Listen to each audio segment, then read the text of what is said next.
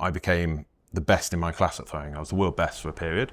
And I put that down to hours and hours of practice. Playing at that elite level, what are kind of some of the things that you've what would you take from that operating at that level that you've been able to bring to business? My number one thing is I wasn't the most talented rugby player ever. And people always go, oh, but you made it out of everyone that I played with from 8 years old all the way through. But I was the hardest working rugby player. Oh, yeah. And I used to go and throw at a lamppost for an hour every night, and all my mates would go and smoke weed and drink down the park and see me throwing at a lamppost, being like, what are you doing? I'm like, well, I want to be a rugby player, and I can make this an X factor. How old are you? How old are you in doing that? 15, 16. Really? Yeah, so they were all just like laughing, getting high, and I'm taking the piss out of you. Yeah, and I'm throwing at a piece of tape on a lamppost, missing it most of the time, but practicing. And I created an X factor out of working hard.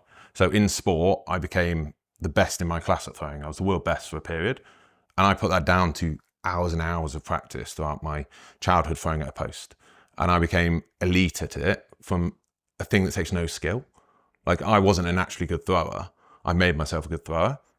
And I think it's exactly the same with business. Like, we could have failed 100 times on this journey, but we refused to fail.